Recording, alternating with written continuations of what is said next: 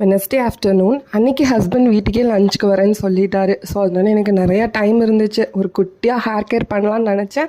But நானும் எனக்கெல்லாம் hair care பண்ணணும்னு நினைக்கிறேனோ அன்றைக்கெல்லாம் வேறு ஏதாச்சும் வேலை வந்துடும். எங்கள் அத்தை வேறு கால் பண்ணிவிட்டு கொஞ்சம் ஈவினிங் வெளியே போகணும், ரெடியாக இருன்னு சொல்லிட்டாங்க. ஸோ லஞ்சும் சிம்பிளாக பண்ணிக்கலாமேன்ட்டு கர்ட் ரைஸ், அதோட கருவாடு தொக்கு அண்ட் தென் சின்ன வெங்காய தொக்கு, இதெல்லாமே பொள்ளாச்சி சைட் கொஞ்சம் ஃபேமஸான ஃபுட். இங்கே வந்து தான் நானே சமைச்சு பழகினேன். பட் சூப்பர் காம்பினேஷனாக இருக்கும் தயிர் சாப்பாடோட. சாப்பிட்டு முடிச்சுட்டு ஒரு குட்டி ரெஸ்ட்டெல்லாம் எடுத்துகிட்டு நானும் ரெடியாக ஆரம்பிச்சிட்டேன்.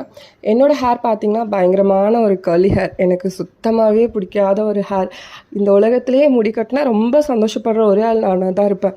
ஏன்னா எனக்கு அப்படி ஒரு பரட்ட மண்டை. அந்த ஹேரை வந்து மெயின்டைன் பண்ணுறதுக்குள்ளே அப்பா போதும்னு இருக்கும். ஆனால் என் ஃப்ரெண்ட்ஸ் எல்லாருமே சொல்லுவாங்க, உன்னோடது ஒரு சூப்பர் கர்லி ஹேர் தெரியுமா அப்படின்ட்டு. அந்த கர்லி ஹேர் வச்சுருக்கிறவங்களுக்கு தான் தெரியும் அந்த பிரச்சனை என்னங்கிறது. ஆல்ரெடி சொல்லியிருந்தேன் இல்லையா, வெளியே போகணுன்னு. அது வேறு எங்கேயும் இல்லை, ஒரு ஜுவல்லரி ஷாப் தான்.